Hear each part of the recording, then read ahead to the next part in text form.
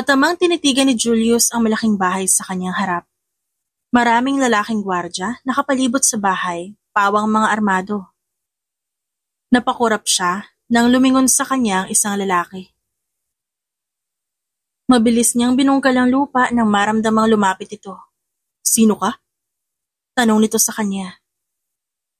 "Julius po, sir. Bagong hardinero." Sagot naman ni Julius. "Ayusin mo trabaho mo." Saad nito at dinuro pa siya. Sir, may problema ho ba?" Kinakabahang lumapit ang isang maid. Tansya niya ay nasa mid-50s na ito. May dala itong tray ng juice at sandwich. Nagutom tuloy si Julius at napalunok ng laway. "Ito kasing bagong empleyado, ang talas makatingin." Sagot naman ng lalaki. "Ay, pagpasensyahan niyo na, sir. Bago lang kasi ang pamangkin ko dito. Ako na pong bahala pagsasabihan ko ho." Saad naman ng maid na nagpalito kay Julius. Hindi niya kilala ang babae at malayong pamangkin siya nito. "Sabihan mo yan. Ayaw ni boss ng ganyan." Paalala pa ng lalaki saka umalis. "Kung ano man ang ginawa mo na hindi nila nagustuhan, huwag mo nang uulitin." Wika ng babae sa kanya. "Eto, magmerienda ka muna." Alok nito sa pagkaing dala. "Sino ho kayo?" Nalilitong tanong ni Julius. Talagang hindi niya ito kilala, sapagkat ngayon niya lamang ito nakita, gawa na ngayong araw lang din siya nagsimula sa trabaho. "Hindi niyo naman ako pamangkin." Dagdag pa niya. "Hindi na importante yon. Ang mahalaga, magawa mo ng maayos ang trabaho mo. Tawagin mo na lang akong Tia Lucille. Mayordoma ako sa pamamahay na ito. Matagal-tagal na rin sa serbisyo." Anito sabay kindat. Saglit na pinoproseso ng isip ni Julius ang narinig. "Isa kang." Mabilis nitong tinakpan ang kanyang bibig. Naamoy pa niya ang mayonnaise mula sa kamay ng babae. "Huwag kang maingay." Bulong nito at basta na lamang inilagay ang tray sa mesa. Bago ito nagmamadaling pumasok sa loob ng bahay gamit ang back door. Maya-maya pa lumabas ng bahay si Philip, kasama ang isang babae. Nasawari niya nasa 20 anyos lamang ang edad. Nang mamataan siya ni Philip, kumaway ito. "Julius, halika." "Po, sir. Magandang araw ho." Lumapit siya sa dalawa at pumati. "Everyone, this is Julius, ang bagong bata ko. At dahil sa pagsagip niya sa buhay ko, heto siya ngayon, binabalik ko sa kanya mabuting loob." Bumaling sa kanya si Philip. "Kailangan ko ng tulad ni Julius na kaya ko ipagtanggol nang walang pag-aalinlangan. Anyway, kamusta ang trabaho?" "Ayos naman ho, sir. Nagbubungkal po ng lupa para sa pagtatanim ng bagong uri ng bulaklak." Sagot niya. "Bagong uri?" Tumango naman ang matandang lalaki. "Pa? Anong bagong uri? Ba't di ko alam yun?" "Before I forgot, this is Isabel. Kaisa-isang anak ko na babae. At tulad mo'y mahilig din sa bulaklak." Napatango si Julius. "Nice to meet you po, Ma'am Isabel." Aniya at nilahad ang kamay. Ngumiti lamang ang babae. "Pasensya na, marumi pala yung kamay ko." Agad niya yung binawi. "Asan yung mga bagong binhi ng bulaklak? Maaari ko ba makita?" Tinignan muna ni Julius si Philip. Pasimple itong tumango. "Sige ho, ma'am." Saad niya at sumunod sa babae. Nang makalayo na sila kay Philip, nagsalita si Isabel. "Ikaw pala ang savior ni Dad. Palagi ka kasing kinukwento nun after niyang makauwi galing Davao." Hindi niya alam ang isasagot. Dahil sa kaloob-looban niya, parte lamang yun ng kanyang trabaho. Kaya, napaka-thankful ko. Kasi nakauwi si Dad ng walang galos. Nagmukha kang superhero sa kwento niya. Para ka raw si Jackie Chan kung makapaglaban. Nakinkali ka siguro, no? Pagpapatuloy ni Isabel. "Naku, ma'am. Kung alam niyo lang ang training na ginawa ko para ma-achieve yung mala-jacket siya na moves. Kunwari natawa siya. Pero seryoso, laking kalingaho ako. Sanay makapagbasagan ng bungo. Dagdag niya, kailangan mo manatili sa karakter mo, Julius. Aniya sa isip. Sa lamesa, nakapataw ang ilang buto at stems ng mga bulaklak na handa ng itanim. Good thing na i-deliver ng safe ang mga ito. Mahal pa man din ang mga ito, pati shipping. Usal ni Isabel habang sinisiyasat ang bawat binhi. Habang si Julius naman, nakatayo sa tabi ng dalaga. Maingat na pinagmamasdan ng bawat butil na kinukuha nito. Tingnan mo, Julius. Ani Isabel habang inilalapag sa kanyang palad ang ilan sa mga binhi. Ito, hybrid to ng Echinacea at Tithonia. Ang ganda ng kulay ng petals nito.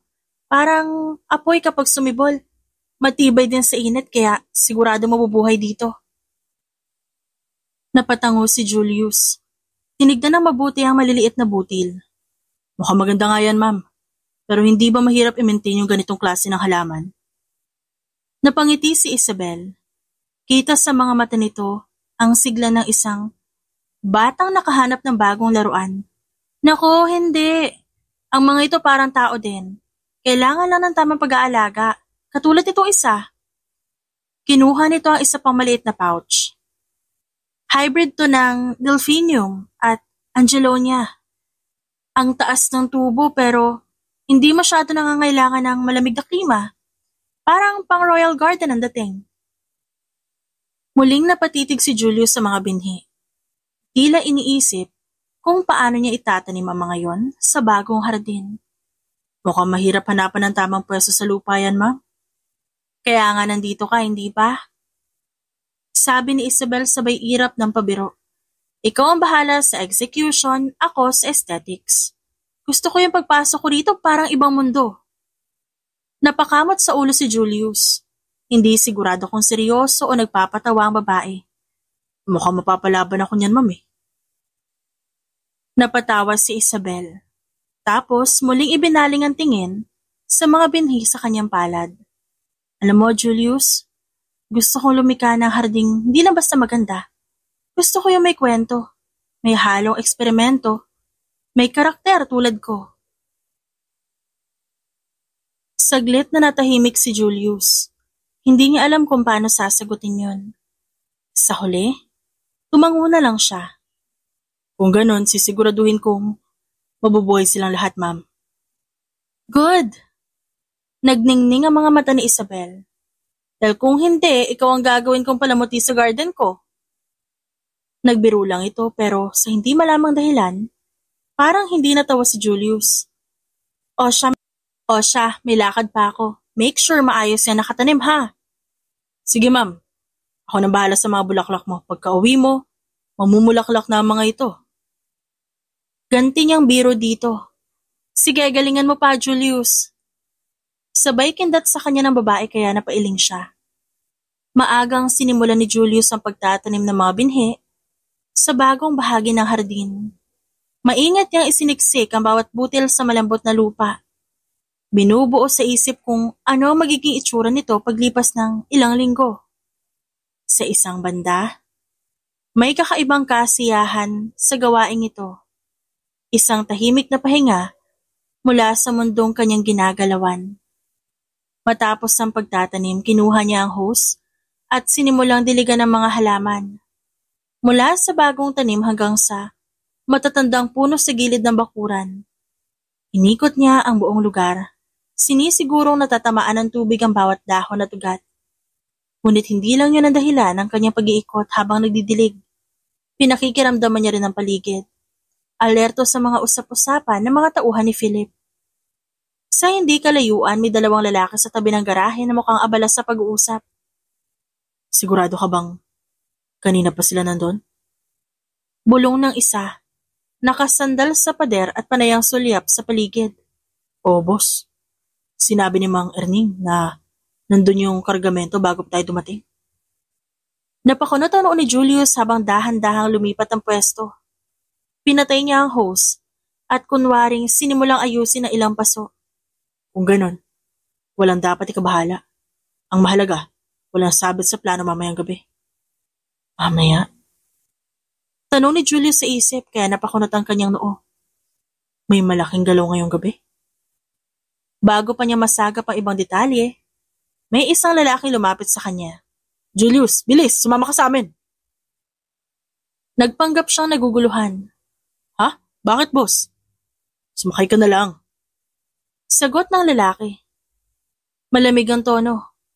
Alam niyang wala siyang pagpipilian.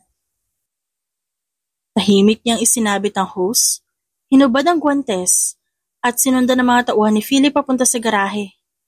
Sa loob, nakaupo si Julius sa tabi ng driver.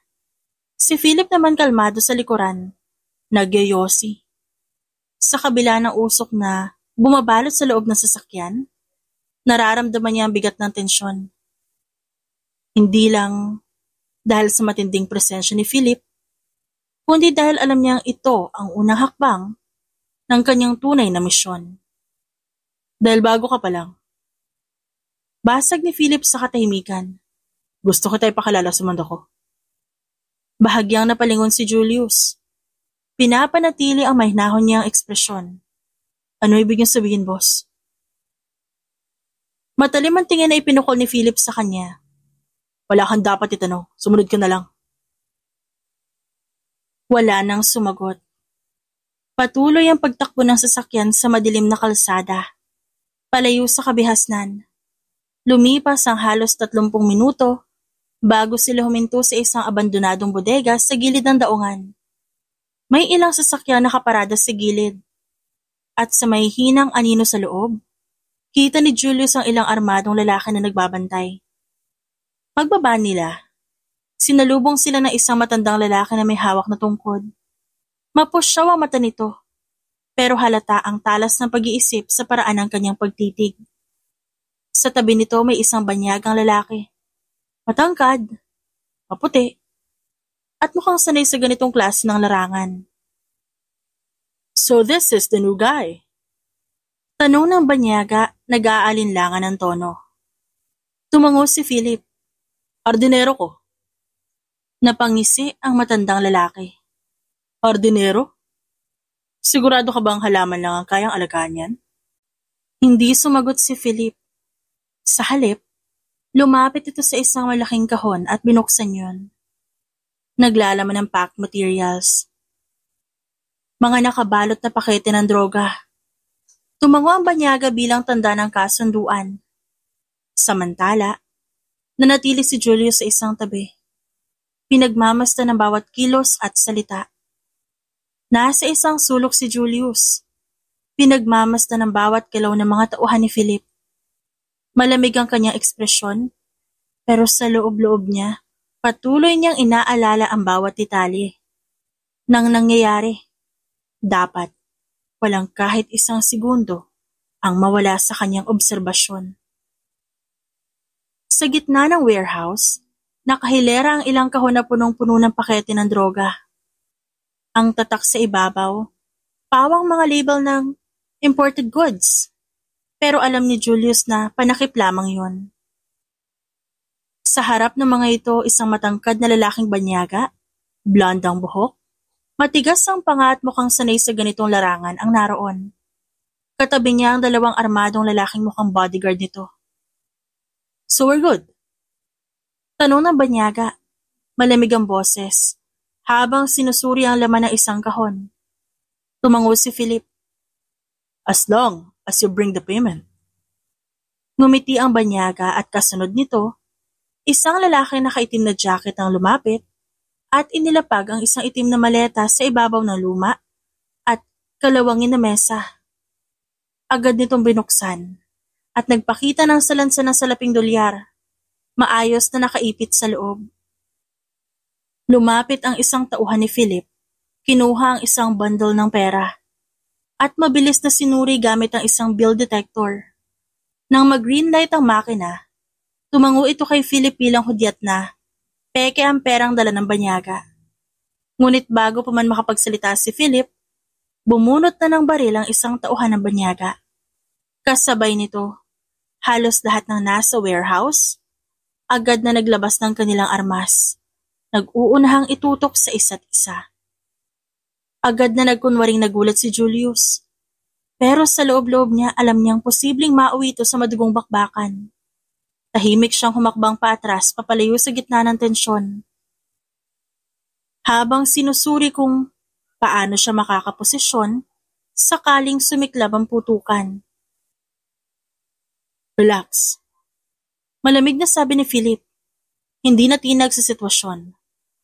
I don't like being tricked.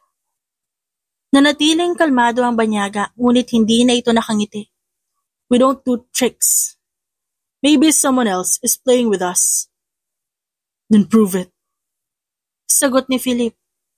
Bahagyang inianggulo ang baril sa kamay niya. Or else, you won't get out of here alive. Napahagat labi si Julius. Sa sandaling to nakasalalay sa isang maling galaw kung paano magtatapos ang gabing to. Isang maayos na deal o isang madugong patayan. Saglit na katahimikan ang bumalot sa paligid. Walang kumikilos, walang bumibitaw ng titig. Ang bawat kaluskos ng sapato sa semento ay parang kutsilong handang sumugat sa hangin. Napabuntong hininga ang banyaga sa katumingin sa tauhan nito. Check the other bags. Agad lumapit ang isa nitong kasama at binuksan ang pangalawang maleta. Sa loob nito mas marami pang salaping dolyar. Ngunit sa pagkakataong ito, isang bagay ang napansin ni Julius. May konting pagkakaiba sa texture ng papel. Kinuha ni Philip ang isang bundle. Mabilis na pinunit ang isa sa mga perang papel. Halos napangisi ito na makita ang manipis na layer ng plastic sa loob. Peke. Interesting. Bulong ni Philip. Binabalanse ang baril sa kamay nito. Do you take me for a fool? Napamura ang banyaga, saka mabilis na bumaling sa mga tauhan nito. I told you to check everything before bringing it here. Boss, I swear. Hindi pa natatapos ng lalaki ang pagpapaliwanag nang bigla itong barilin ng banyaga sa sentido. Bumagsak ito sa sahig. Duguan. Walang nagawa si Julius, kundi ang pigilan ng sarili sa pagkagulat. Sa mundo ng mga kriminal, isang buhay lang ang halaga ng pagkakamali. Muling hinarap ng banyaga si Philip. Iniangat ang kamay nito bilang tanda ng pagsuko. This is not my doing. Someone must have switched the money before we got here. Tinignan to ni Philip na matagal. Pinag-aaralan kung nagsasabi ba ito ng totoo. At ilang saglit pa, ngumiti si Philip. Fine. Next time, don't waste my time. Ibinaba ni Philip ang baril. Tanda na natapos na ang tensyon. Dahan-dahan. Ibinaba rin ng iba pang tauhan ang kanilang sandata. Since I like you, I will give you 24 hours to bring me the real money. Or else, you'll end up like him. Itinuro nito ang bangkay sa sahig. Saglit na nagpalitan ng tingin, ang banyaga at ang natitira niyang tauhan bago tumango. Understood. Matapos ang negosasyon, nag-umpisa ng magsilisan ng grupo. Si Julius, bagaman hindi nagpahalata, patuloy na nag-iisip. Mukhang may ibang grupo na gustong guluhin ang operasyon ni Philip. Sino kaya to? Paano ko magagamit to sa misyon ko? Habang bumabiyahe pa uwi, tahimik lamang si Julius sa loob ng SUV. Walang nagsasalita sa kahit kanino. Ngunit alam niyang hindi pa rito nagtatapos ang lahat. Tila walang nagbago sa loob ng mansyon. Kahit na gabi lang, maliwanag pa rin to. Natatandaan niya na isinama siya kagabi sa isang hindi maipaliwanag na transaksyon at ngayong umaga, parang isang normal na araw lang ang lahat. Walang nagtatanong, walang nag-uusap tungkol sa nangyari.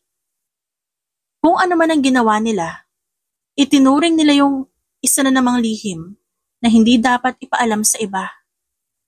Habang inaayos ni Julius sa mga halaman, lumapit sa kanya si Isabel na may dalang maliit na notebook. Nakasuot ito ng simpleng puting dress at kahit walang masyadong makeup, natural ang ganda nito.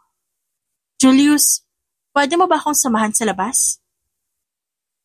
Saglit siyang napatingin sa babae, ngunit agad ding bumalik sa ginagawa. Saan po, ma'am? Sa garden supply store. Bibili tayo ng bagong gamit at padaba para sa mga halaman ko. Napansin ko medyo parang nababawasan yung dahon. Parang nalalanta na yung ilang bulaklak eh. Napatango si Julius at pilit tinatago ang pag-aalinlangan. Hindi niya alam kung dapat ba siyang lumabas kasama ito. Pero alam niyang wala siyang dahilan para tumanggi sa amo niya. Isa pa, kung gusto niyang manatili sa misyon, dapat panatilihin niyang natural ang kilos niya. Sige po, ma'am. Ngumiti si Isabel. Good, pero huwag mo akong tawaging ma'am sa labas ha. Nakakapanindig balahibo eh. Sa unang pagkakataon, napangiti ng bahagya si Julius. Si Isabel na rin ang nagmaneho ng kotse. Habang binabaybay nila ang kalye, nagtanong ito ukol sa personal na impormasyon niya. You do mind if I ask, right? Hindi naman ho, ma'am. Okay, magtatanong ako ha. Sana hindi ka magalit o hindi ka ma-awkward but may mga magulang ka pa ba? Sandaling nag-isip si Julius. Kailangan niyang maging maingat sa pagsagot. Uli lang lubos na po ako, ma'am. Wala na rin ho ako mga kapatid. I'm sorry, hindi ko na dapat na itanong yun. Apologetic nitong saad. Ayos lang, ma'am. Matagal na rin naman silang wala kaya nakamove on na po ako. Sandaling katahimikan ang bumalot sa pagitan ng dalawa. Ikaw, ma'am, wala po kayong kapatid? Umaasang may makukuha siyang impormasyon kay Isabel at tungkol na rin kay Philip. Only half-brother, pero nasa Japan siya. Wala na rin ang mommy ko kaya si dad na lang ang meron ako. Kung hindi niyo po mamasamain, ano pong ikinamatay ng mommy niyo? I don't know. I was too young when that happened. Ayoko rin itanong kay dad. Tsaka sa pagkakaalam ko, medyo shaky yung relasyon nila.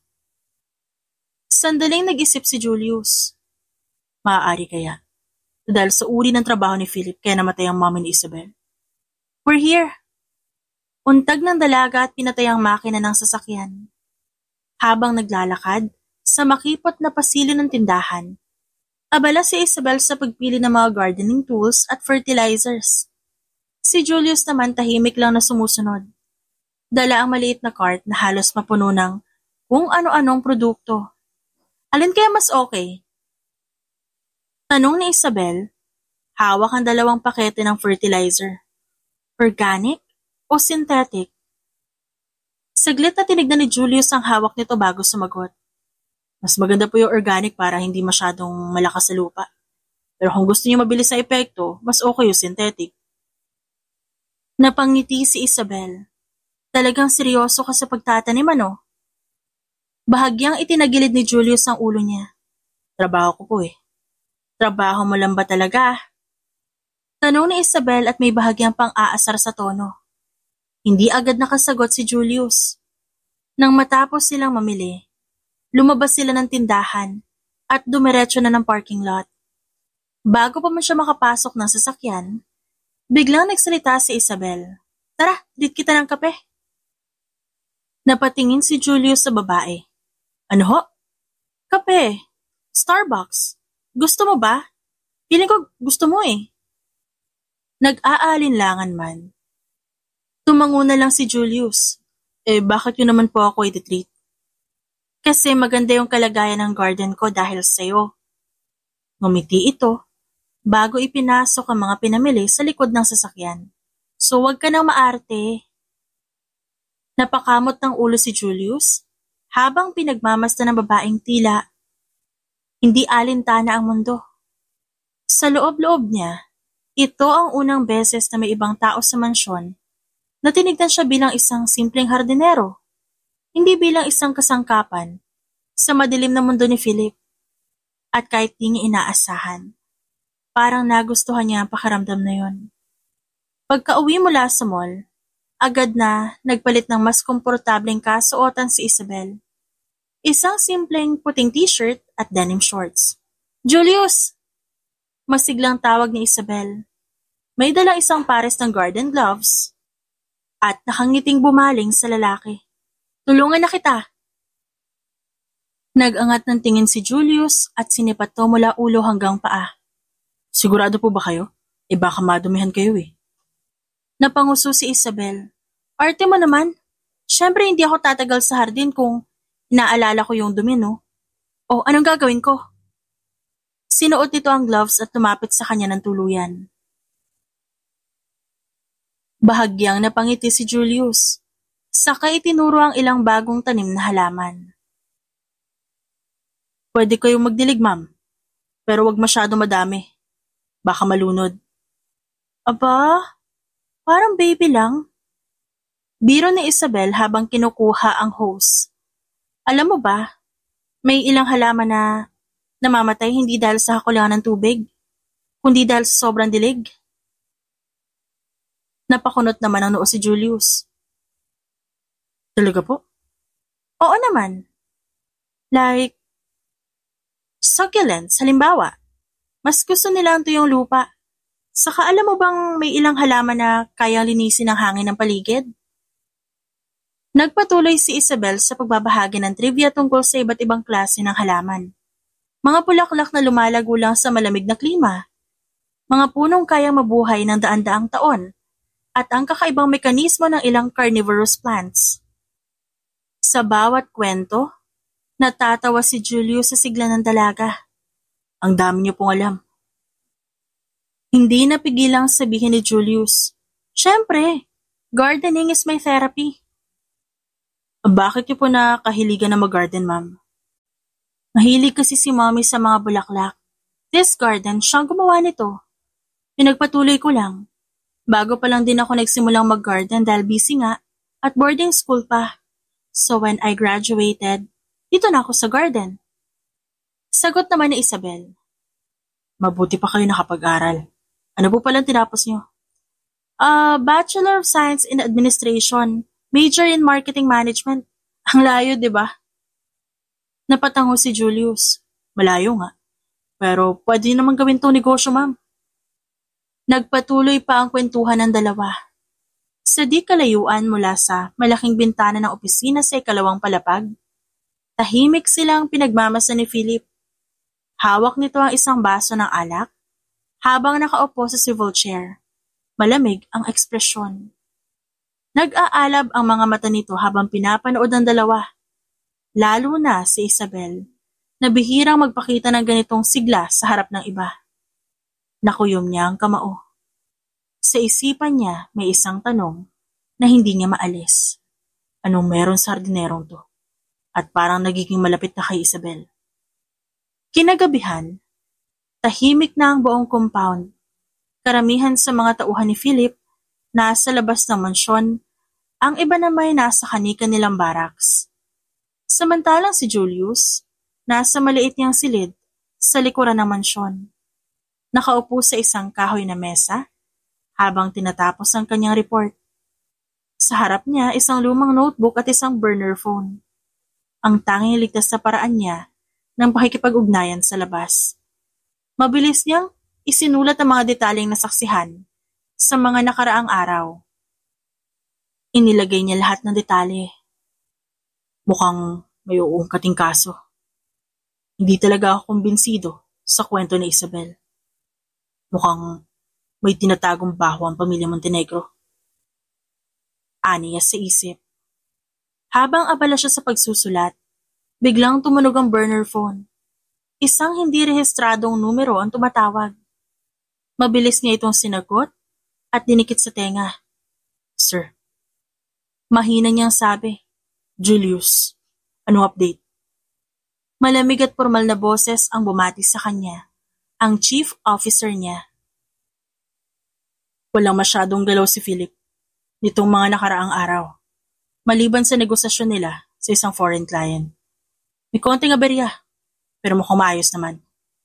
Wala pang bagong kilos. Sino ang foreign client? Isang European. Ang bigatin. Pero hindi ko pa matukoy ang pangalan. May dalang peking pera nung nakaraang meeting nila. May ilang segundong katahimikan sa linya bago muling nagsalita ang chief officer. Bantayan mo ang kilos ni Philip sa mga susunod na araw. Hindi tayo sigurado kung may ibang grupo na sumasakal sa operasyon niya. Posible magkaroon ng mas malaking gulo. This is noted, sir. Muling nagsalita ang chief officer. Ngunit sa pagkakataong ito, may bigat ang tono ng boses. Julius, may bagong direktiba. Ano po yun? Si Isabel. Mabilis siyang napatingin sa pinto. Tinitiyak na walang nakakarinig. Bakit ho? O may alam siya? O hindi man, magiging mahalagang piyesa siya sa paglutas ng kaso. Gamitin mo siya, Julius. Kailangan nating malaman kung gaano kalalim ang koneksyon niya kay Philip.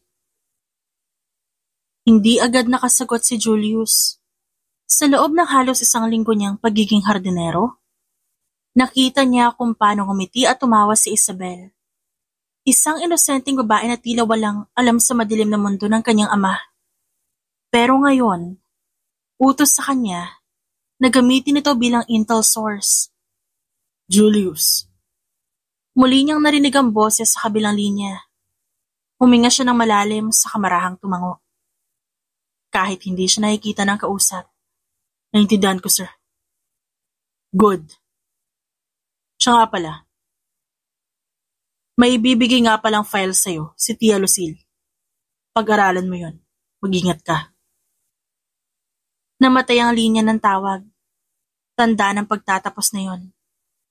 Isinandal ni Julius ang likod sa upuan. Itinakip ang kamay sa kanyang muka. Sa gabing ito, isa lang ang malinaw. Ang misyon niya, hindi na lang tungkol kay Philip. Kasama na ngayon si Isabel sa larong ito. Maagang nagising si Julius kinabukasan. Tulad na nakasanayan. Nasa hardin siya abala sa paglilinis sa mga paso at pag-aalaga sa bagong sprout na itinanim nila ni Isabel. Ngunit bago pa siya matapos, bumungad sa kanya ang dalaga. Suot ang isang summer dress at may dalang malaking eco bag. Julius! Masiglang tawag nito. Napalingon siya. Agad napansin ang kislap sa mga mata nito. Ano po kailangan niyo, ma'am? Tanong niya at pilit na natili ang kanyang hardinerong katauhan. Sumama ka sa akin ngayon. Hinawakan nito ang kanyang braso na tila wala siyang pagpipilian. May trabaho pa po ako dito eh. Huwag ka na mag-alala, ako nang bahala kay Tia Lucille at kay Daddy. Tara na! Tinapik pa nito ang kanyang balikat. Bago pa siya makatanggi, nahila na siya ni Isabel papunta sa nakaparadang sasakyan nito. Napagtanto na lang ni Julius na nasa loob na siya ng isang mamahaling mall. Sunod-sunod na pinapasok ang iba't ibang tindahan. Hindi niya akalaing mahilig sa shopping si Isabel o baka sadya lang talagang gusto siya nitong isama sa araw na ito. Sa isang tindahan ng sapatos, nakangiti itong lumapit sa kanya. May hawak na kahon. Bagay siya ito. Sabay turo nito sa isang pares ng branded sneakers. Ma'am, hindi ko pa afford yan. Sinabi ko ba ikaw ang bibili? Nakangisi si Isabel sabay inabot sa cashier ang sapatos. Hindi lang yon. Sa sumunod na oras, halos lahat na makita ni Isabel na bagay daw, kay Julius, binili nito. Isang mamahaling cap, isang pares ng bagong gloves para sa hardin, at pati ilang t-shirt. Ma'am, sobra na po ito. Mahina ngunit may halong kaba na sabi ni Julius. Shh, tumigil ka na pero ko naman to eh. Sagot ni Isabel, mas lalong ginaganahan sa pagbili. At bilang huling treat niya, dinala niya ang lalaki sa isang Korean restaurant kung saan ito mismo ang nag-grill ng karne. Sige na, kumain ka na marami ah. Anito, tila enjoy na nakikita naguguluhan si Julius sa lahat na nangyayari. Sa loob-loob naman ni Julius, hindi niya maiwasang mapangiti. Sa kabila ng lahat ng misyon niya, tila nagiging mas totoo ang samahan nila ni Isabel.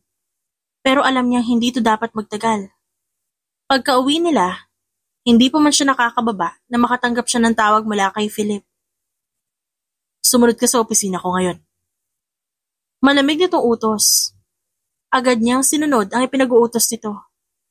Pagkapasok sa opisina ni Philip, nakita niya ito nakaupo sa likod ng desk. Nakatitig sa kanya ng matalim. Ano bang ginagawa mo? Malamig na tanong nito. Trabaho ko lang po ang ginagawa ko, sir. Sagot ni Julius tila inosente. Trabaho? Tumawa si Philip, ngunit halatang walang bahid ng saya. Mukha bang parte ng trabaho mo ang sumama sa shopping ni Isabel? Ang magpabayad sa kanya? Ang magpakasaya habang parang aso kang sunod na sunod sa kanya? Nanatili si Julius sa kanyang postura. Hindi siya dapat matinag. Ayoko makitang malapit ka kay Isabel, lumayo ka sa kanya. Wala kang dapat ibang pagtuunan ng pansin, kundi ang hardin, at ang trabaho mo bilang tauhan ko maliwanag. Tumango si Julius. Opo, sir.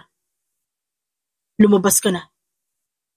Tumalikod si Julius at lumabas ng opisina. Sa loob-loob niya, alam niyang parte pa rin ang misyon niya, ang manatili sa kanyang karakter. At kung kailangan niyang lumayo kay Isabel, gagawin niya ito. Kinabukasan, abala si Julius sa pagtatrabaho sa hardin, ngunit ramdam niyang may nakamasid sa kanya.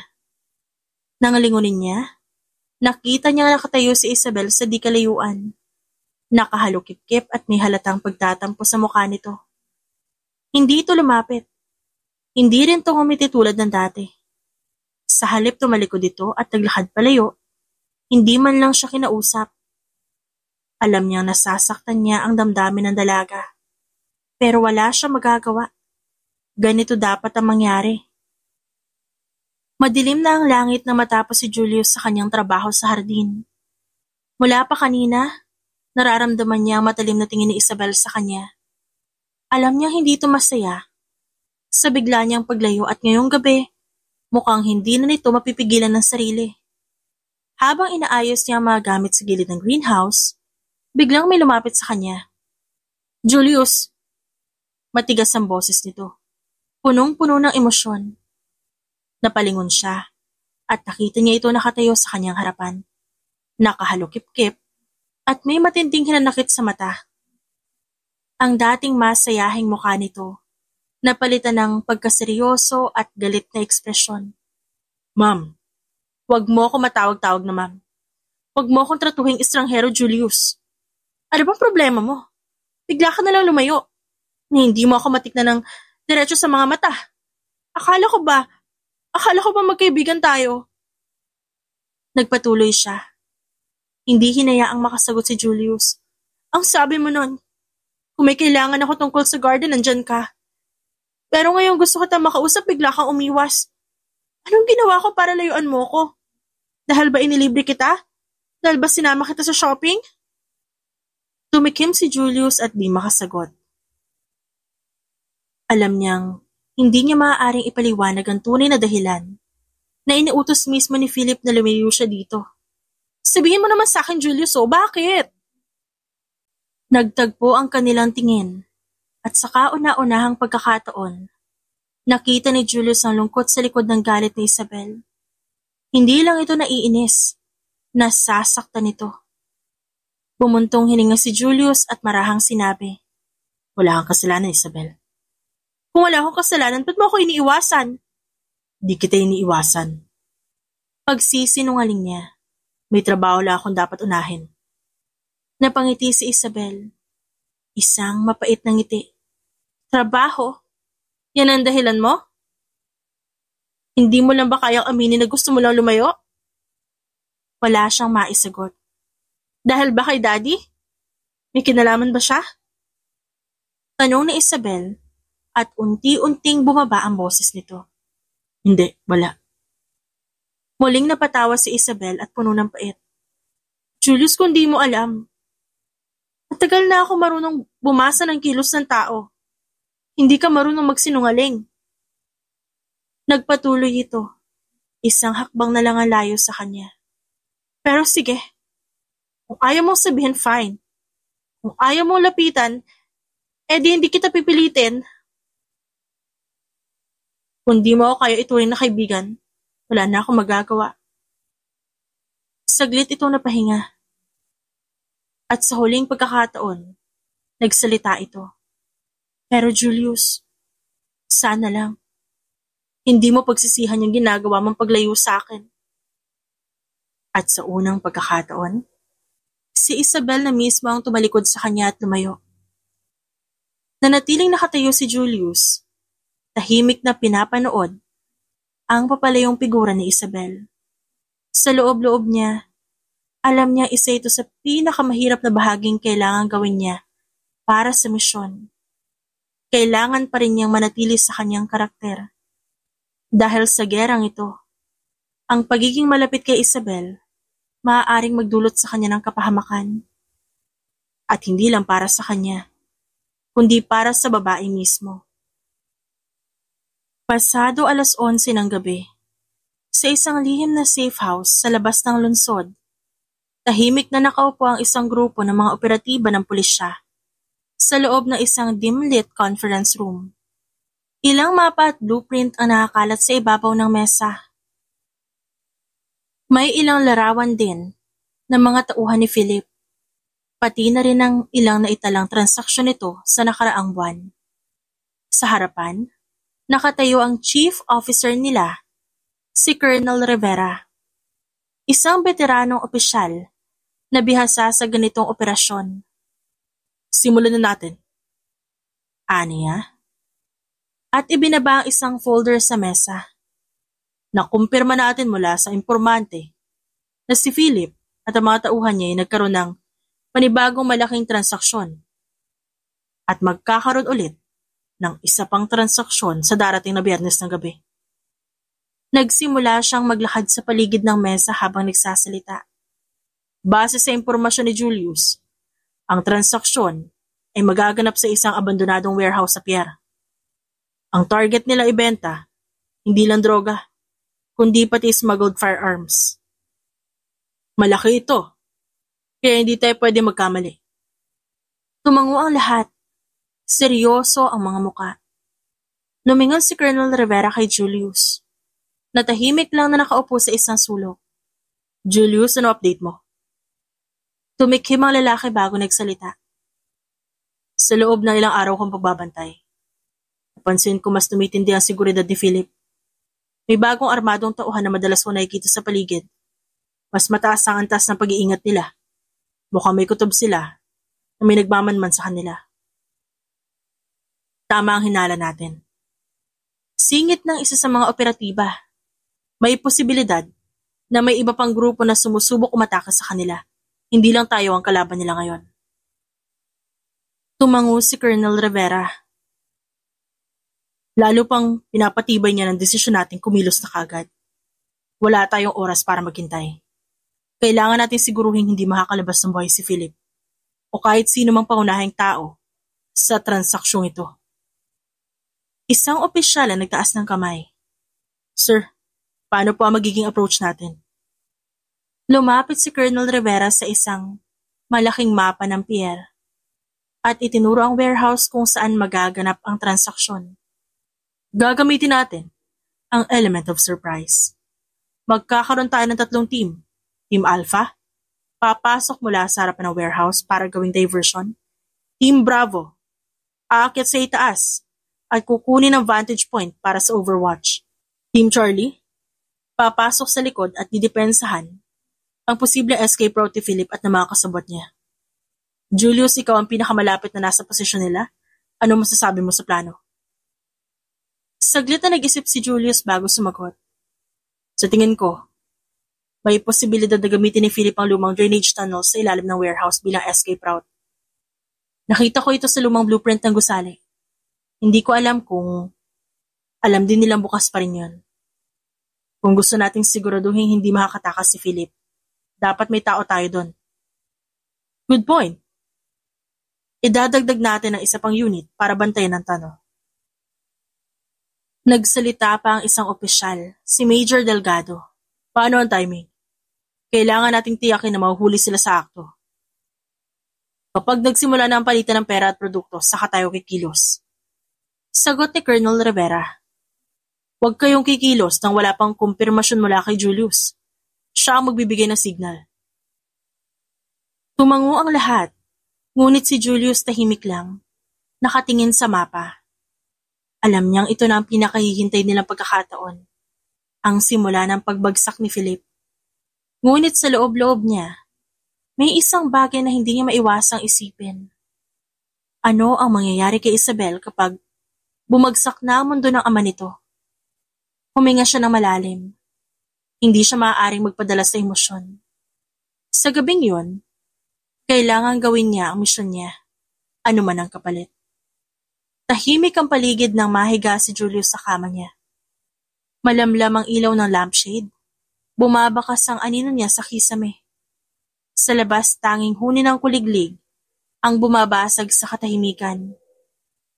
Dapat tulog na siya. May raid silang pinaplano at kailangan niyang magpahinga. Pero kahit ipikit niya ang mga mata, isang tao ang patuloy na sumisiksik sa isip niya. Si Isabel. Naaalala niya ang galit sa boses nito. Ang lungkot sa mga mata nito. Hindi niya inakalang ganon kahirap ang paglayo dito. Pero mas mahirap ang nararamdaman niya ngayon. Kalokohan to, Julius. Aniya. Sa isipan. Bawal. Hindi pwede. Pero kahit anong pilit niya itanggi, isang bagay ang sigurado niya ngayong gabi. Mas delikado ito kesa sa mismong misyon niya.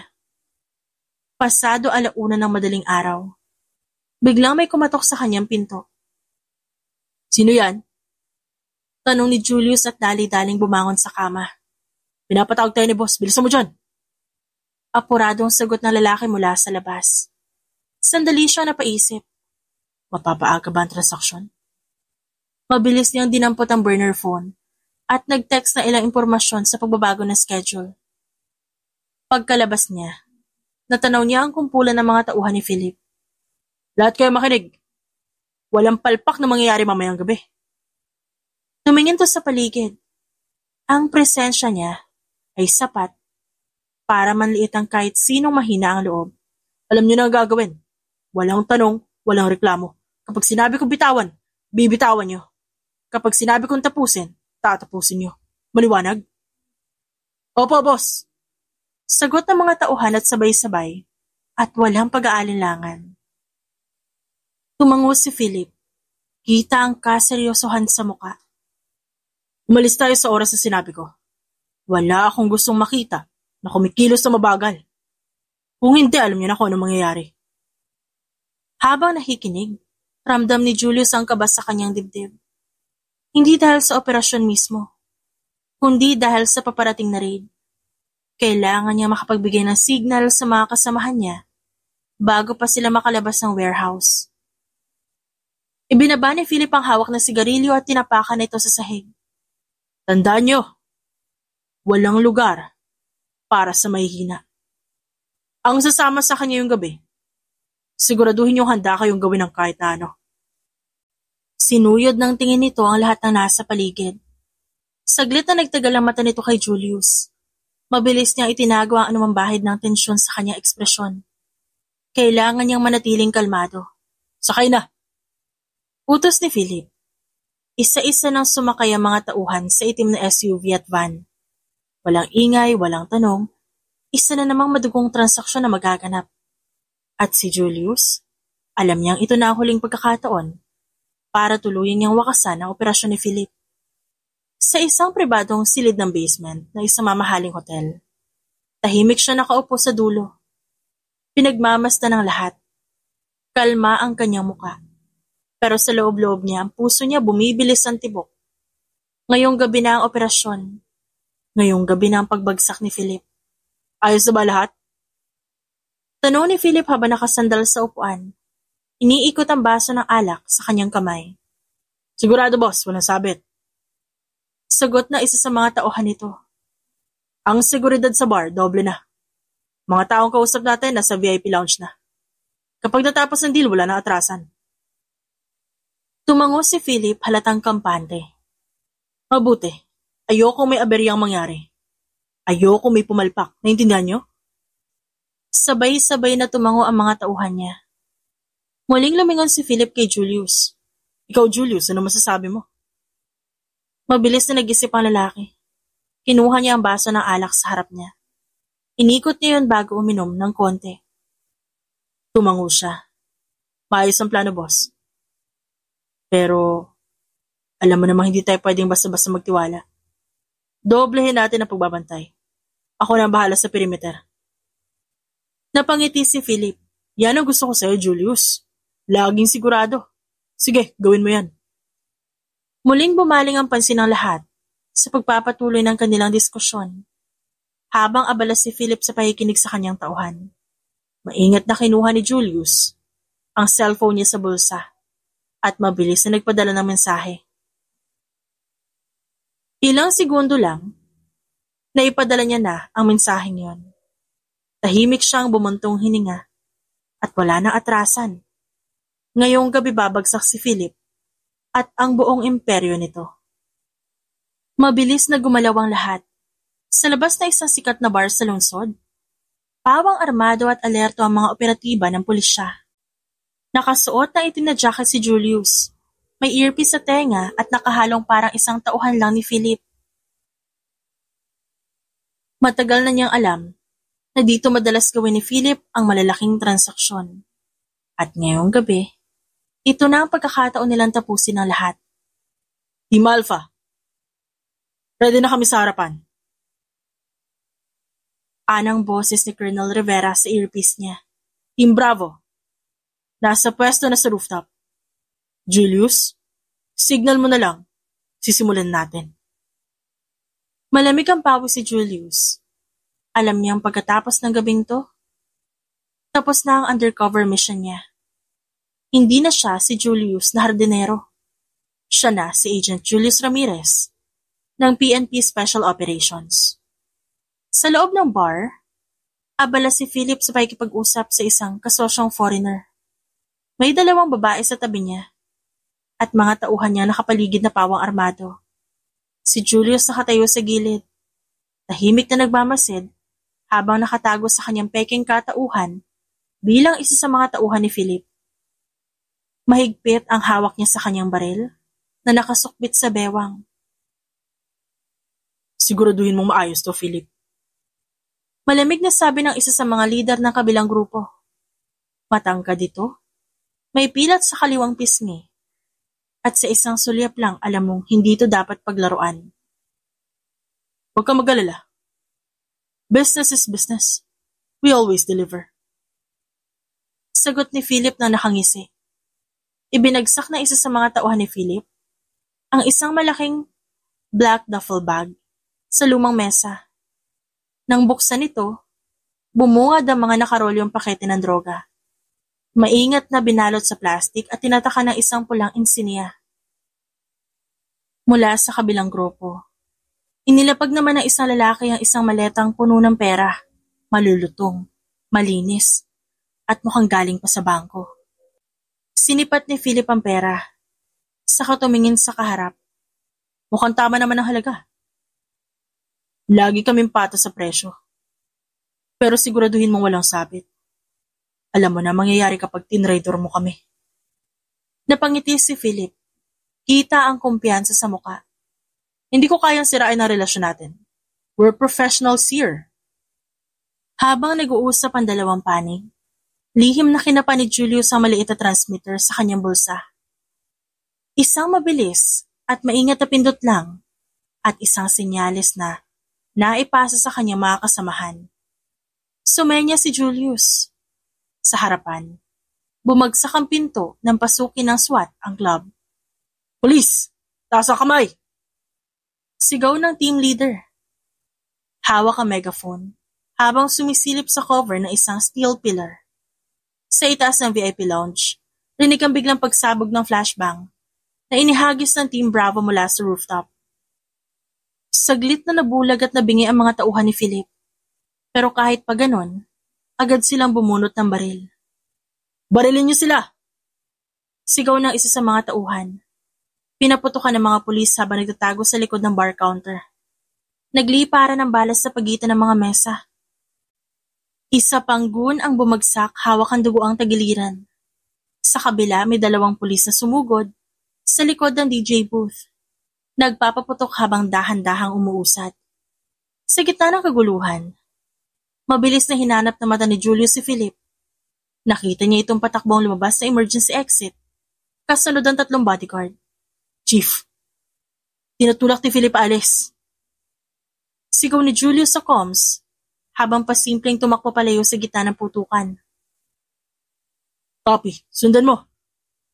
Nagkubli si Julius kasabay ng paglabas ng kanyang baril.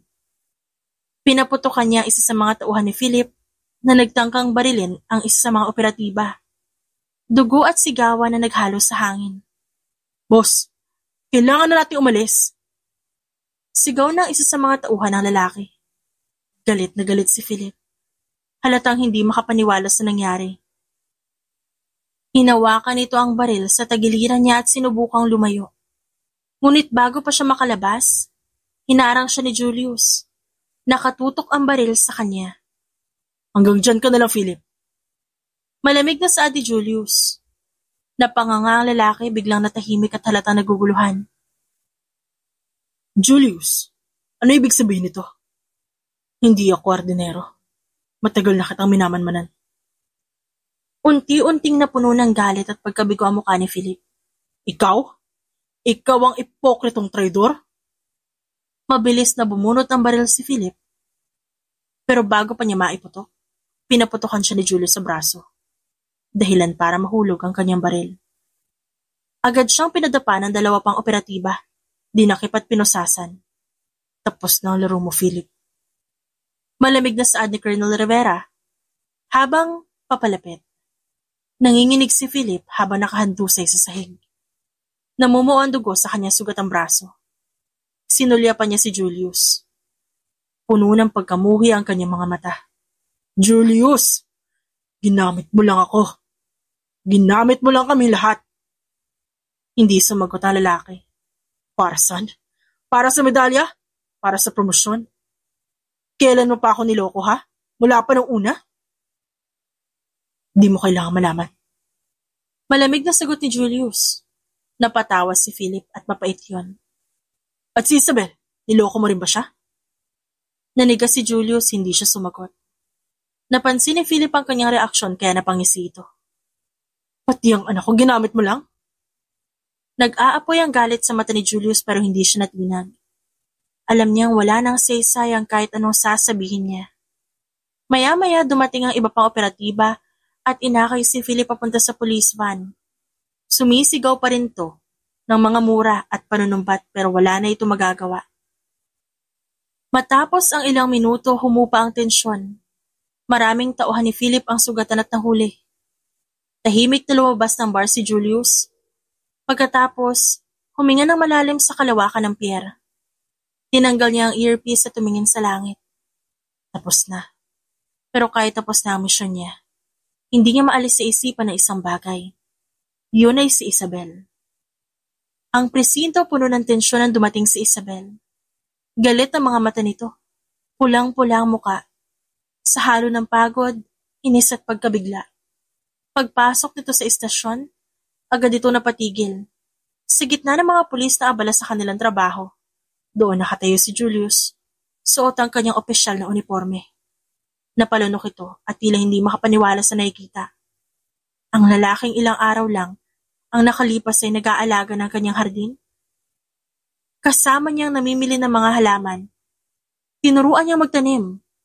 Ngayon, nakatayo sa harapan niya at isa itong pulis. Hindi napigilang lapitan to ni Isabel. Nag-aalab ang galit sa kanyang puso. Sa bawat akbang, lumalakas ang tibok ng kanyang dibdib. Nang tuluyan nitong malapitan si Julius, walang babala niyang pinalagap ang palad niya sa mukha ng lalaki. Walang iya ka, Julius! Sigaw nito puno ng hinanakit. Hindi umiwas si Julius, tinanggap niya ang sampal. Hindi man lang nagtaas ng kamay para pigilan siya. Hindi rin siya sumagot. Ba't mo ginawa to? Niloko mo ko. Niloko mo kami. Nagpanggap ka. Akala ko totoo ka. Tumingin si Julius sa kanya. Bakas sa kanya mukha ang pagkapagod. Pero ang pinakakitang-kita sa lahat ay ang pagsisisi. Mapait siyang umiti. Parte lang ng trabaho ko, Isabel. Napatawa ang babae. Pero halatang puno ng pait. Parte ng trabaho mo? Ganun lang? Lahat ng pinakita mo sa amin? Lahat ng pakikitungo mo sa amin? Isang parte lang ng trabaho mo? Ano ba ang ginawa ni Dad sa'yo? Hindi agad sumagot si Julius. Alam niyang kahit anong sabihin niya ngayon, hindi niya mababago ang nararamdaman ng dalaga. Nandito ako para makita si Daddy. At wala na akong gustong marinig mula sa'yo. Sinira mo ang tiwala ko. Hindi siya pinigilan ni Julius ang dumaan to sa kanya at tumuloy sa loob kung saan nakakulong ang ama. Nang tumambad sa kanya itsura ng kanyang ama sa loob ng selda, parang biglang may sumakip sa kanyang dibdib. Si Philip, ang malakas. May impluwensyang Philip, ngayon nakaupo sa isang malamig na semento. Hawak ang bakal ng upuan, nakaposas, may benda sa sugat ang braso. Hindi to agad nakapagsalita nang makita siya.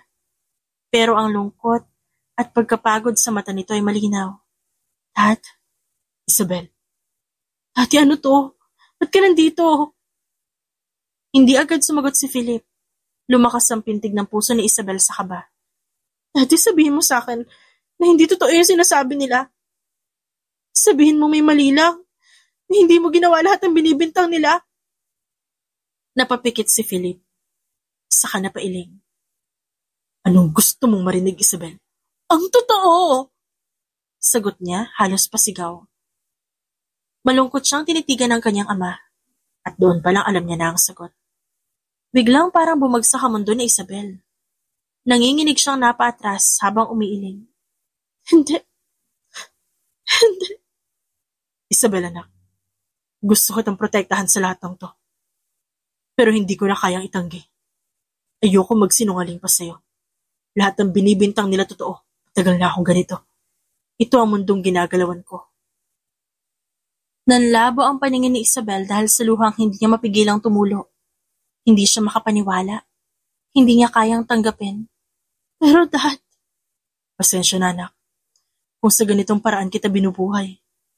Pasensya na kung ganito ang daddy mo. Pero pinapangako ko, anak. Lahat ng ito ay dahil sa kagustuhan kong bigyan ka ng magandang buhay. Pangako, kapag nakalabas ako dito magbabago na ako pero sa ngayon tulungan mo ako. Nakikiusap ako sa'yo.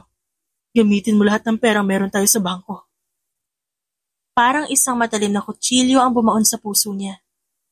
Ang iniidolo niyang ama, ang lalaking akala niya isang mabuting tao, ang totoo pala isa itong kriminal. Akma siyang aabotin ni Philip, subalit agad siyang lumayo. Mabilis siyang umiling. Sorry, Dad. Masyado magulo ang utak ko. I can't process this at once. Ang bilis ng pangyayari. Agad siyang tumalikod. Lumakad palabas na lang ang bigat ng katotohanan. Kailanman, hindi niya inakalang haharapin niya. At sa kanyang paglabas ng selda, muling tumambad sa kanya si Julius. Nakatingin ito sa kanya. Halatang gustong lapitan siya at kausapin. Pero hindi siya huminto. Hindi na siya lumingon. Dahil ngayong gabi, tuluyan ang gumuho ang buhay niyang akala niyang totoo. Dumaan ang ilang araw, nag-umpisa na ang paggulong ng kaso ni Philip.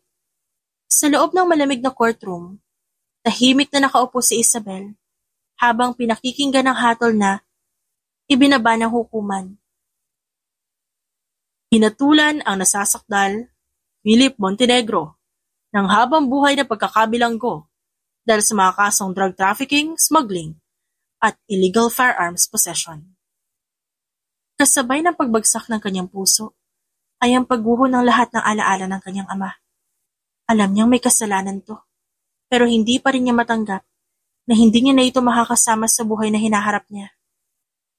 Habang dahan-dahan na inilalabas si Philip ng korte, Hindi nito tinanggal ang tingin sa kanya. Isabel. Mahina nitong tawag, pero hindi na siya nakasagot. Pigil ang luha. Tinitigan lang niya ito hanggang sa tuluyan ito mawala sa paningin niya. At sa pagkawala ng kanyang ama, para bang wala na siyang direksyon. Hindi niya alam kung paano magsisimula muli, kung paano babangon mula sa mapait na katotohanan. Sa lamig ng simoy ng hangin, tuwing umaga, para kay Isabel, ang lamig na yun ay hindi lamang dulot ng panahon, kundi ng bigat sa kanyang dibdib. Hindi na niya mabilang kung ilang beses siyang nagising sa umaga ng walang direksyon. Walang dahilan para bumangon. Ang dating mundong ginagalawan niya, ang marangyang buhay sa ilalim ng proteksyon ng kanyang ama, ay gumuho sa isang iglap. Ngayon, wala na siya. Minsan, lumalakad siya ng walang tiyak na patutunguhan. Pilit iniiwasan ang dating hardin sa mansyon. Pero sa tuwing bumabalik siya doon, sa isang bahagi ng kanyang puso, alam niyang may isang tao siyang matatagpuan doon. Si Julius. Nakadukwang ito sa isang hanay ng halamanan. Hawak ang hose habang pinadadaanan ng tubig ang mga dahon. Ang sikat ng araw, dumadampi sa pawisang balat nito. Ang mga bisig nito ay matatag at gumagalaw ng walang pag-aalinlangan. Tahimik lang ito pero hindi kailanman nawawala. Napansin niyang muling tumubo ang mga halaman sa paligid. Mga halamang siya mismo ang pumili noon. Mga bulaklak na itinanim nila na magkasama. Hindi niya alam kung bakit. Pero sa tuwing nakikita niya inaalagaan niya ni Julius, may kung anong init na gumagapang sa dibdib niya. Minsan, lumapit siya dito. Bakit mo pa rin ito ginagawa? Tanong niya nang minsang madatnan niya si Julius na nagpuputol ng patay na dahon sa isa sa mga halamang itinanim nila. Saglit itong tumigil saka bumaling sa kanya.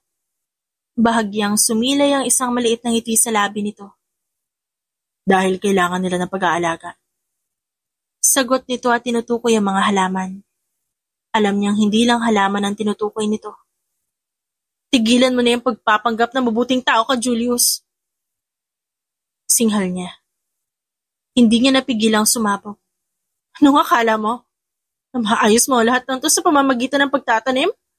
Ng pagsama-sama sa akin? Na magiging okay yan lahat pagkatapos masirain ang buhay ko? Lalong bumigat ang dibdib niya, habang tinatapon sa hangin na lahat ng galit na matagal niyang kinikimkim. Hindi niya alam kung iiyak siya dahil sa sakit o dahil sa matinding pagkabigo. Inakala kong totoo ka. Akala ko kaibigan kita. Pero niloko mo ko. Niloko mo ako ng buong buo. At ang tanga ko rin dahil pinagkatiwalaan kita at nagpaloko ako. Alam mo ba? Hindi lang si Daddy yung nawala sa akin eh. Pati yung tiwala ko, yung respeto ko sa sarili ko dahil naniwala ako sa'yo. Dahil minahal kita. Napakuyom ang kamao niya. Hindi niya alam kung paano pipigilin ang puot sa dibdib niya. At anong ginawa mo? Sinira mo yung lahat. Sinira mo ako. Gusto niya makita si Julius na masaktan. Gusto niya makita ang nagsisisi to. Gusto niya makitang bumigay ito sa bigat ng salita niya. Pero, nanatili itong tahimik, mariing nakatitig sa kanya. Parang tinatanggap ang bawat hinanakit na binabato niya. At yun ang lalong nagpalito sa kanya. Wala akong sasabihin. Para mapagaan ang loob mo, Isabel. Dahil alam ko wala na makakapawi ng sakit na nararamdaman mo ngayon. Napasulyap siya dito at doon niya nakita ang lungkot sa mga mata ni Julius. Isang lungkot na tila pasan din ito ang mabigat na kasalanan niya. Pero hindi kita nilapitan para humingi ng tawad o subukang itama ang lahat. Wala akong may bibigay sa'yo na makakabawas sa sakit. Ang kaya ko lang gawin, manatili dito. Hindi siya nakasagot. Hindi niya alam kung bakit. Pero sa kabila ng lahat, sa kabila ng galit at sakit, hindi niya maitangging gusto niyang marinig yon. Hindi niya maitangging gusto niyang maniwala. Pero patuloy niyang nilalabanan ang sariling damdamin. Hindi mo ba naiintindihan? Ayaw na kitang makita dito. Sigaw ni Isabel na yumanig sa katahimikan ng hardin ng kanilang bahay. Nakatayo sa veranda ang babae. Ang kamaoy, mahigpit na nakakuyom sa gilid ng kanyang katawan. Nanginginig siya sa galit, sa sakit, sa hindi mapigilang emosyon na kanina pa niya gustong ilabas. Sa harapan niya, naroon si Julius na kayuko ng bahagya. Hindi nagsasalita, pero kita sa mga mata ang sakit sa bawat salitang binibitiwan niya. Isabel, alam kong galit ka pero tama ka. Tama ka, galit ako. Galit na galit. Sinira mo yung buhay ko, sinira mo yung pamilya ko, sinira mo yung tiwala ko, Julius. Ba't nandito ka pa? Ano sinusubukan mong patunayan? Hindi ka masamang tao? Hindi ka traidor?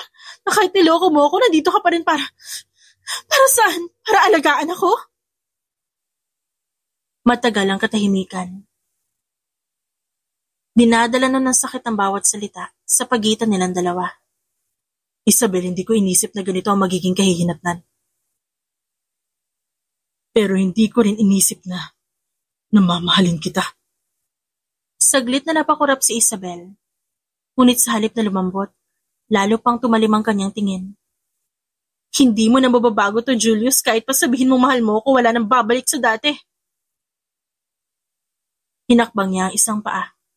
Hinarap to na mas matindi. Lumayas ka, Isabel. Sabi ko lumayas ka.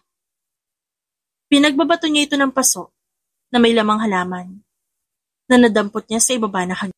Hayan, para wala ka ng dahilan para bumalik dito. Pinagbabato niya ng paso ang lalaki.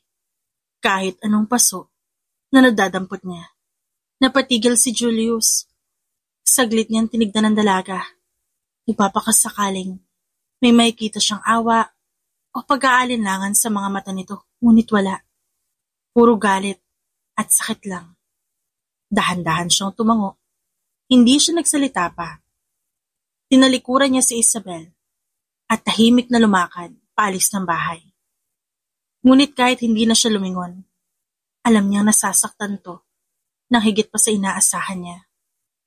Makalipas ang ilang buwan, hindi na pumupunta si Julius sa bahay ni Isabel. Subalit paminsan-minsan, nakikita niya ito nakatayo sa labas ng police station. Di ba? Nailipat sa bilibid ang tatay niyan? Tanong ng isa niyang kasamahan. O nga pre, pero nagpupunta pa rin dito? Sabat pa ng isa. Baka naman may ibang dinadalaw. Tudyo pa ng isa sabay tingin kay Julius. Ako, Julius, babae na lumalapit sa'yo. Mukhang di magtatagal, madadali na tong kabaro natin. Napailing si Julius at walang salitang lumabas na istasyon. Pasimple siyang lumapit sa babae. May tutulong ba ako sa'yo, miss? Kailangan ko kasi ng hardinero. Pero mukhang maling lugar yata yung napuntahan ko. Sagot ng dalaga at tumalikod. Pwede naman akong sumideline. Mabilis niyang saad dahilan para mapatigil sa paglalakad si Isabel. Ang gusto ko kasi sa hardinero ko, yung walang tinatagong sikreto. Mapagkakatiwalaan at higit sa lahat hindi maluloko. Alam kong mahirap magtiwala ulit. Pero susubukan kong kunin ang tiwala mo. This time, pinapangako kong wala na sikreto. Anyway, I am Julius Ramirez of PNP Special Operations. Naglahad siya ng kamay bilang tanda ng pagpapakilala. Tinignan lamang yun ni Isabel. Mas better kung gawin na lang kitang hardinero/bodyguard ko. Sige na nga, hired ka na. Naniningkit ang mga matang saad ni Isabel. Isang hapon habang nakaupo si Isabel sa hardin, nang lapitan ni Julius ang dalaga, may dala siyang isang paso na bagong tanim na bulaklak. Bago to. Crossbreed ng tropical at wildflower. Sabi mo dati, gusto mo subukan kung mabubuhay ang ganitong uri dito. Tinignan ni Isabel ang bulaklak sa kadahan-dahang hinaplos sa mga petals nito. Di ko inakala natatandaan mo pa yon. Marami ako natatandaan, Isabel. Lalo na ang tungkol sa'yo. Napatingin sa kanya si Isabel. At sa unang pagkakataon, ngumiti ang dalaga. Isabel, hindi ko alam kung may lugar pa ako sa buhay mo. Pero gusto ko malaman mo na hindi ko na kailanman kailangan pang magpanggap sa harap mo. Hindi agad nakasagot si Isabel. Alam ko mahirap ang lahat.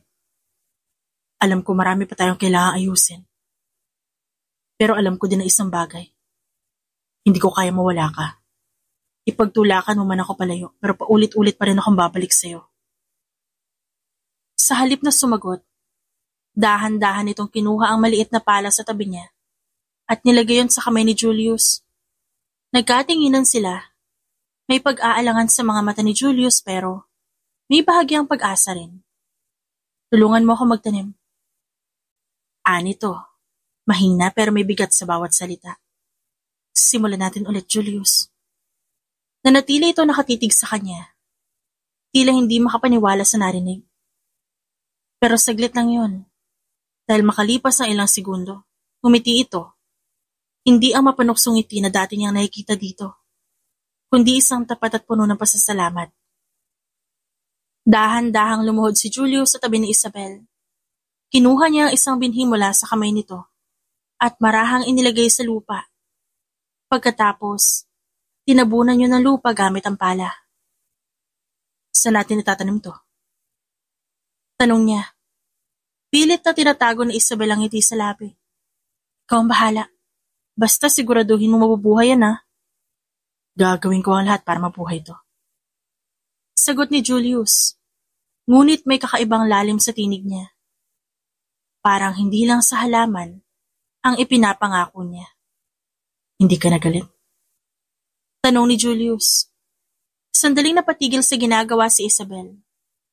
Galit pa rin ako. Pero pakiramdam ko, napapagod na ako. Nakakapagod magalit. Pilit nang umiti si Julius. Nakakapagod nga. Pero nasa iyo yan. Mahaba pa naman ang araw. Malay natin, mawawala na ang galit sa puso mo. Pero hindi ko hihilingin na sana mapatawad mo ako. Sa laki ba naman ang kasalanan ko sa'yo? Napagtanto ko rin yun.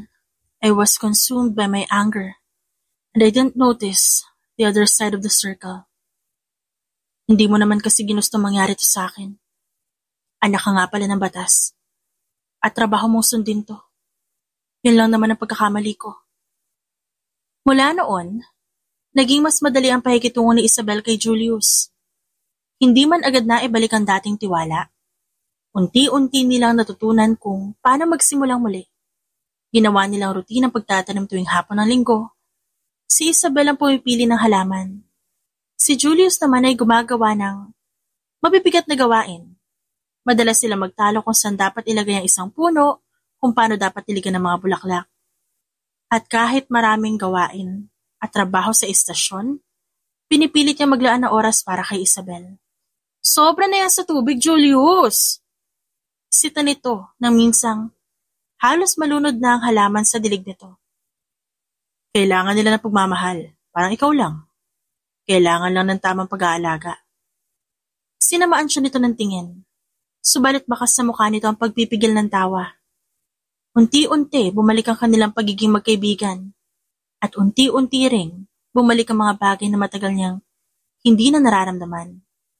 Isang gabi, habang magkasabay silang nakamasid sa hardin, tinawag niya ang dalaga. Isabel. Sandali niyang tinitigan ng dalaga. Kinuha niya ang hose, pero nag-aalangan siya. Isabel, pwede ba kitang ligawan? Julius, huwag ka mag-alala, hindi ako nagmamadali. Para lang itong halaman. Dahan-dahan nating palalakihin hanggang sa maging matatag.